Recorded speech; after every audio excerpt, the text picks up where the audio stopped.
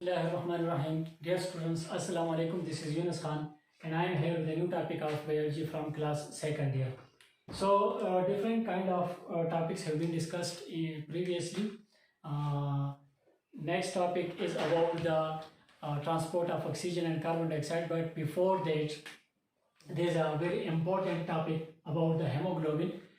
We must know about the hemoglobin, its structure, and its nature and its functions. Then after that, we will be able to discuss the carriage of oxygen and carriage of carbon dioxide. It is very important here because the hemoglobin is involved in both of the transport of oxygen as well as in the transport of carbon dioxide. So therefore we have to have a little bit knowledge about the hemoglobin, and after which we will be able to study about the transport of gases into the blood from the lungs to the tissues and from the tissues to the lungs. So we will talk about that, but before that we have to discuss the hemoglobin. Okay, coming towards the hemoglobin. Hemoglobin is what? This is a globular protein. Globular protein. I think you people must be aware about the types of proteins. This is a topic which have been discussed in the second chapter, that is biochemistry chapter of class first year, where we have discussed different kinds of the macromolecules in which the protein have been classified further into two forms. One is the fibrous proteins, in which the arrangement of the amino acid is linear, and the other one, that is globular protein. So globular proteins are usually globule-like proteins. They are rounded proteins, and another property of the such globule-like proteins are they are soluble. They are soluble in water. Globular proteins are usually soluble in water. So this is a little bit about the hemoglobin. We have to talk about its structure. Structurally, there are two parts of this word. If you look at the name of the hemoglobin, so there are two parts. One is heme and the other one is globin. Heme part and the globin. So the hemoglobin contains two kinds of parts. One is heme part and the other one is globin part. But before that, we have to talk about its units. The hemoglobin is a polypeptide protein which is composed of 4 polypeptide chains. The hemoglobin contains 4 polypeptide chains attached to 4 heme groups. Means there are 4 heme groups which are attached to 4 polypeptide chains. So this means that there are 4 subunits. 4 subunits of the hemoglobin. Each unit is further composed of a heme and globin. Each unit, if we take each unit in the hemoglobin, that is composed of 2 parts. Each and every unit that is composed of 2 parts. One is called as the heme part, and the other one is called as globin part. We must talk about the globin and heme, but if as we are concerned here with the transport of oxygen and carbon dioxide, so therefore the main role in the transport of oxygen and carbon dioxide is that of the heme part. So we will discuss both, but further special detail will be taken about the heme part. Okay, talking about the globin part. Globin part is the protein part. This is the protein part of the hemoglobin. This means hemoglobin is composed of 2 parts on the other side. Protein part and the non-protein part, which is also called as cofactor. So the globin is the protein part, which is made of a number of amino acids. How many amino acids are there? We will talk about that as well. But before that, we have to talk about the heme as well. So this is what? This is the non-protein part. Non-protein part of the hemoglobin. So the hemoglobin contains 4 subunits. There is a very important question over here. a very important objective, that the hemoglobin contains 4 subunits. Each subunit is further made of 2 parts. One is heme part, the other one is the globin part. This means each unit contains a protein part and a non-protein part. So first of all, talking about the globin or the protein part, this protein part, the non-protein part is also called as cofactor. Remember, this may also be called as cofactor. The globin part or protein part, if it is a protein, this means it must be made of a number of amino acids. Means this must be a polypeptide chain. This must be a polypeptide chain. So this globin part is further of 2 kinds. It is further of 2 kinds in hemoglobin. As we have discussed that there are 4 subunits. Each subunit contains a polypeptide chain. This means that there are 4 polypeptide chains over here. So out of them, 2 alpha chains are there. 2 alpha chains. 2 globin chains are called as alpha polypeptide chains, and there are 2 beta chains, beta polypeptide chains. Each alpha chain is further composed of 146 amino acids, and each alpha chain contains 141 amino acids, and each beta chain contains 146 amino acids. Again, there is a very important objective over here. The objective may be how many composed like that, how many number of amino acids are there in a single alpha chain of the hemoglobin, or we can also say that how many amino acids are there in a single chain of beta, or another objective can be how many amino acids are there in 2 alpha chains or in 2 beta chains. So in 2 alpha chains it must be multiplied by 2, same as here.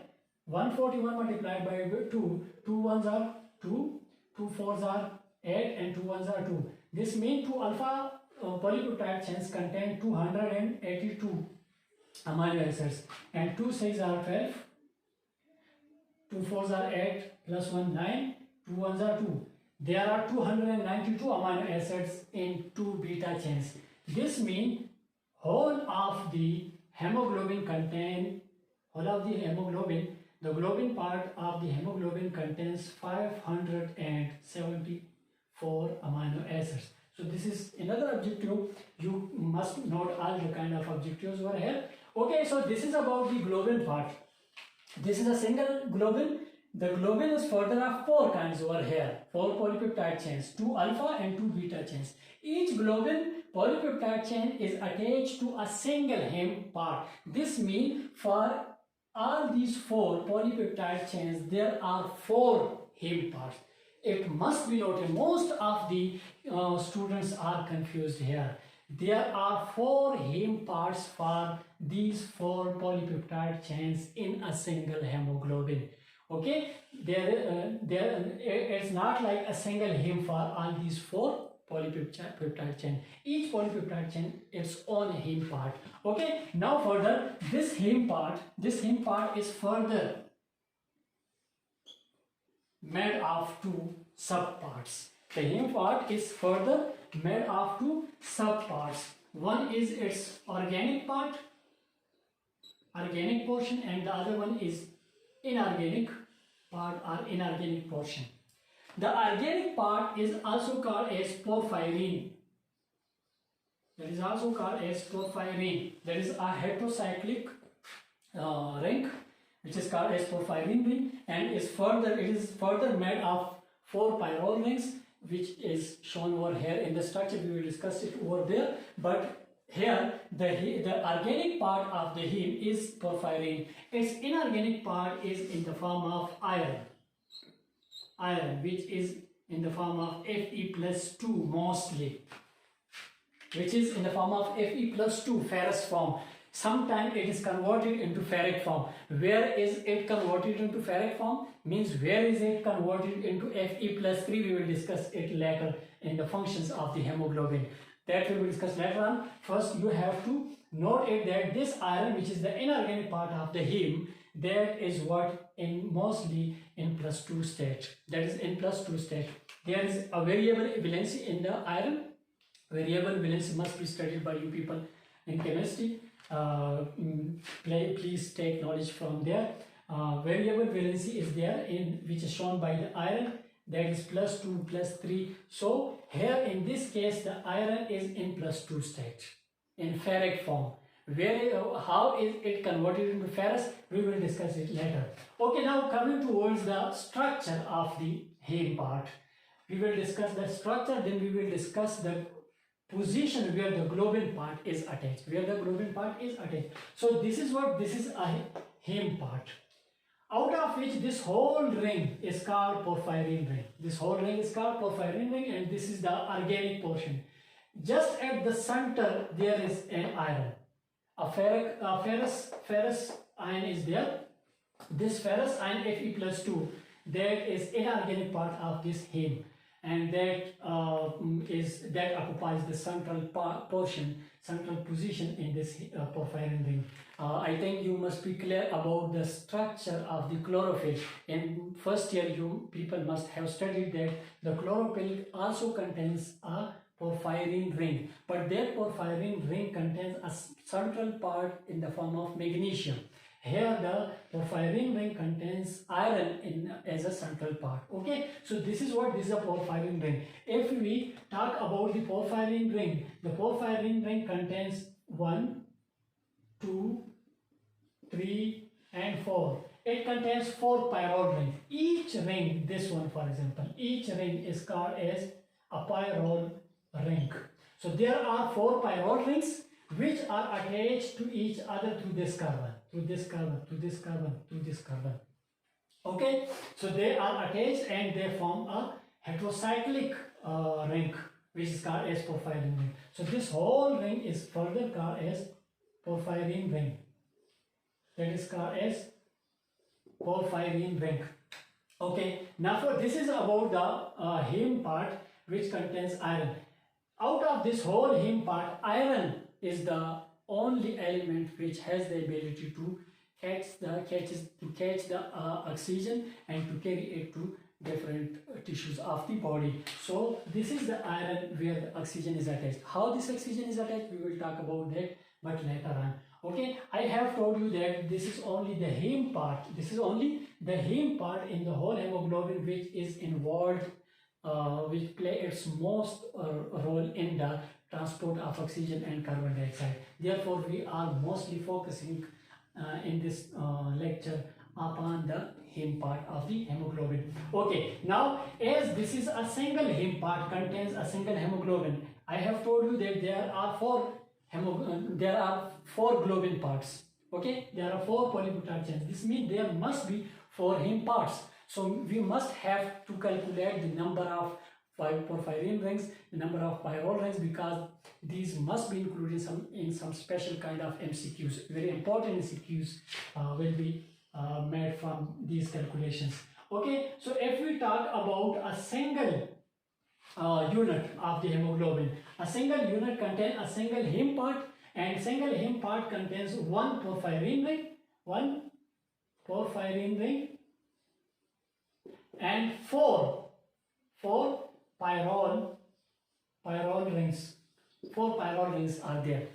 And we have discussed that the heme parts are how many? There are 4 heme parts for 4 polypeptide chains in a single hemoglobin. Okay, so if there are 4 heme parts, this means each and every one must be multiplied by 4. If there is a single porphyrin ring in a single heme part, this means 4 heme parts, 4 heme heads must contain what? 4 porphyrin rings. So the number, it must be noted. There is a very important objective over here. How objective may be in the form of that how many porphyrin rings are there in a single hemoglobin. So there are 4 porphyrin rings in the single hemoglobin. But if we talk about the pyrrole rings, then the number of pyrrole rings, there are 4 pyrrole rings in a single heme part. Then it must be multiplied by 4 because there are 4 heme parts. So 4 4s are 16. This means there are 16 pyrrole rings. 16 pyrrole rings are there. 16 pyrrole rings are there. Most of the students are usually confused. They say that a single hemoglobin contains 4 pyrrole rings because they are not aware of the number of heme parts in the hemoglobin. Hemoglobin contains 4 heme parts. Each heme part contains 4 pyrrole rings. This means the total number of pyrrole rings in a single hemoglobin must be 16. Okay, so this is another objective which can be noted by you people, very important. Okay, now just coming towards the bonding. Over here, if you see, this iron is attached to 4 nitrogen atoms. Each pyrrole ring contains a nitrogen atom. So this iron is attached to 4 nitrogen atoms. How that is attached? So you must be aware, you must have studied in chemistry that nitrogen is present in the 5th group of periodic table. So if this is present in 5th group, this means its valence shell contains 5 electrons. This means there must be a tendency of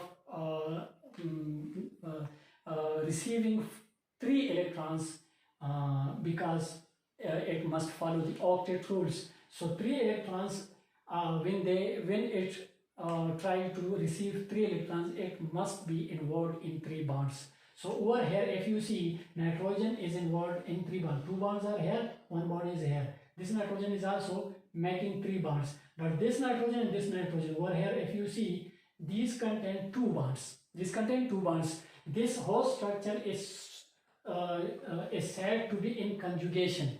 Conjugation means there are alternate single and double bond. Single, double, single, double, single, double, single, double. There are alternate single and double bonds. So because of which 2 nitrogen contains 3 bonds which are already made in the pyrrole rings, and 2 of them contains only 2 bonds which have been made by them in the pyrrole rings. Now the covalency of this nitrogen is completed. And this nitrogen contains 2 bonds. This means that this can make another bond. So this nitrogen and this nitrogen make a covalent bond with the iron, and these 2 nitrogen make it. Both of them contains lone pair, unshared pair of electrons. So these electrons are given to the iron, and a coordinate covalent bond is formed. In this way, coordination is maintained here. The iron is attached to 4 nitrogen atoms through coordination, but other than that, this iron is attached to 4 nitrogen atoms.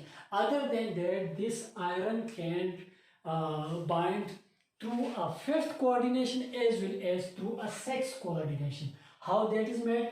If this is the heme part, for example, if we flip it like this, if the heme part is flipped like this, so what would happen? This is, for example, that heme part which we have flipped. So if we flip this heme part like this, so the iron is a little bit positioned below the plane of the heme ring or porphyrin ring. For example, if this is the porphyrin ring and this is the plane, these are the 2 nitrogens. The rest of the 2 nitrogens have not been shown over here. So these are the 2 nitrogens. Okay, so what happens? This is the iron which is attached to the 2 nitrogen. Similarly, it is attached in 1 nitrogen in front and 1 nitrogen back side. So if we look at the plane, the bond of the iron which have been formed with these 2 nitrogens, that is a little bit lower than the plane. That is a little bit lower than the plane normally. Why? Because here is another very important objective, because this iron which have been made for coordination to 4 nitrogen bonds, it has one coordination with an amino acid which is called as histidine. This is, for example, amino acid histidine, and this is the histidine which is attached to the globin part, to the polypeptide chain. So the alpha, whether it is alpha or beta, the alpha or beta polypeptide chain is attached here to this one further.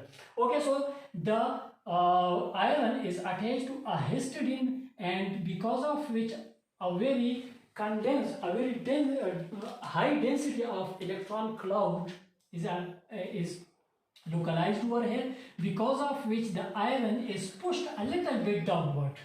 The iron is pushed a little bit downward, and therefore a dome shaped bond angle is formed. Whenever this iron forms a bond with the oxygen, when it is oxygenated, in that condition, for example this one here, what happens, the iron is attached to the histidine, but iron is in the just in the plane, which have been shown over here, just in the same plane. Iron means the iron has been a little bit pushed upward. Why? Because whenever the oxygen molecule, O2 molecule, comes and is attached to the iron, what happens, this iron shifts. This iron is more electropositive as compared to the oxygen. The oxygen is the second most electronegative atom of the periodic table. So this oxygen must withdraw another electron from the iron. So the iron is already in +2 state. What would happen if another electron is taken by the oxygen? This iron must be converted into Fe+3. So this is here in ferrous form, and here the iron is converted into ferric form. So here is again a very important objective. Here if you see that if someone asks you that whether there is a possibility of ferric ion in the heme part of hemoglobin or not, yes, it is possible. It is converted into ferric form when it is oxygenated. When it receives a molecule of oxygen, means 2 oxygen atoms, then in that condition one of the electron is given to the most electronegative oxygen, and it is converted from Fe+2 into Fe+3. Okay, now what happens then when these two oxygen atoms are attached to the iron is pushed upward and it comes to the same level as that of the plane of the heme part. Okay, so it is when there is no oxygenation happened here, so there is a dome-shaped bond angle. When the oxygen is attached, the iron is a little bit pushed upward. It is penetrated into the bound plane or the plane of the heme porphyrin ring. Okay, now in this case, what happens when the electron is given to the oxygen? This electron is shifted, the electron cloud is shifted to this oxygen, and as a result of which this is called as a superoxide. It is called as a superoxide. Okay, so it is here is another very important objective over here. A superoxide is formed here in this case, and similarly carbon dioxide may also be attached but to a different position, and that form carbaminohemoglobin. That is not called as carboxyhemoglobin. Carboxyhemoglobin is something else, but that will be discussed later on in the transport of carbon dioxide. And whenever we talk about the transport of oxygen, these things will be discussed. You have to keep all these things in mind. You must be aware that how the oxygen is attached to the iron of the, usually people say that the oxygen is attached to the iron of the heme part, but how that oxygen is attached, so this is the mechanism through which the oxygen is attached to the heme part. Okay, so this is a little bit about the structure and oxygenation of the hemoglobin. Structure and oxygenation of the hemoglobin has been discussed over here. Something a little bit for your extra knowledge I want to give you, to write over here some things which are important for you people that will help you in test MCQs. Okay, inshallah. So one thing which have to be discussed over here, that if we take 100 ml of blood that contain 15 grams of hemoglobin is there in each 100 ml of blood. If we take 100 ml of blood, it contains 15 grams of the hemoglobin. Okay, we also know that a single hemoglobin, a single HB contains 4 heme parts. This means it contains 4 irons.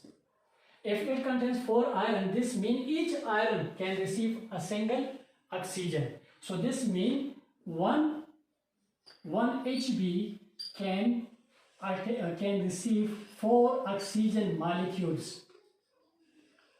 4 oxygen molecules. Similarly, if we talk about the 1 gram of the hemoglobin, then 1 gram of hemoglobin in which contains what heme parts, that 1 gram of hemoglobin can carry 1.34 ml of oxygen. It can carry 1.34 ml of oxygen, and similarly, as we have discussed that 100 ml of blood contains 15 grams. So if you talk about 100 ml of blood means 15 grams, this means the 15 grams or you can say 100 ml of blood can carry 20 ml. 20, it is mathematically 20.1, but we can round off it to 20 ml of the oxygen. So 15 grams or 100 ml of blood can carry 20 ml of oxygen that can be carried on. Okay. Another thing which have to be discussed over here, that is about the 4 polypeptide chain and the 4 heme parts. There are 4 heme parts. Whenever one of the heme parts gets its oxygen, what happens? Its conformation is changed. There is a change in the structure which changes the structure of rest of the hemoglobin, because of which what happens when one iron receive oxygen molecule, iron number 2 iron number 1 receive oxygen, iron number 2 will be will have more affinity for next oxygen. Similarly, if this second oxygen is received, it will bring more changes like this in the hemoglobin. Then the third one will show even more affinity, and if 3 oxygens are attached, then the 4th one will show even more affinity to the oxygen molecules. So the first oxygen molecule is attached to a heme part which have low affinity. When this is attached, it produces conformational structure change, because of which the second second heme is more infinitive. It shows more infinity, then the third one, then the 4th one. So if you look at the affinity of the oxygen, the iron number 1 has less affinity than that of number 2, which has less than that of number 3, and which has less affinity than iron number 4 or heme part number 4. So this condition is called as cooperative bonding. The condition in which the oxygen is attached in this way, that is called as cooperative bonding. So cooperative bonding must be kept in your mind. This is another objective. Cooperative bonding is very important, and it will help when we talk about the attachment of the oxygen to the iron and the transport of the oxygen to the hemoglobin. At that time, cooperative bonding is usually of prime importance. Okay, so this is about the cooperative bonding. Next we have to talk about the functions of the hemoglobin lastly. So some of the functions have been discussed by you. One of the function of the hemoglobin, that is what? Oxygen transport. I think you people must be clear about that. And when oxygen transport takes place, here oxyhemoglobin is formed. Oxyhemoglobin is formed. Similarly, second function is the carbon dioxide transport. So here not carboxy, here carbamino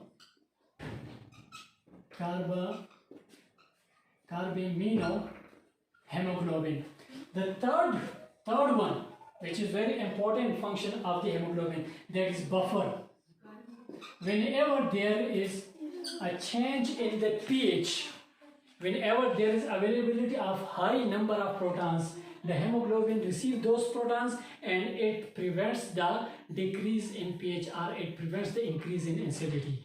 But if there is a very low number of protons present in the blood, then hemoglobin behave as a base, and it behaves as an acid and provides protons to increase the acidity or to decrease the pH value. So the hemoglobin behave as a buffer. Buffer means what? It changes the low pH into high pH and high pH into low pH, or it receives protons when there are high number of protons, and it leaves protons when there are less protons in the blood. And this will be discussed in the transport of carbon dioxide whenever we will talk about that. This is a topic which is concerned with the transport of carbon dioxide. This is the third function. And the fourth and last function, that is it can catch nitric oxide. It can be attached to the nitric oxide, and that nitric oxide can be taken by the hemoglobin to different parts of the body, where it helps in what?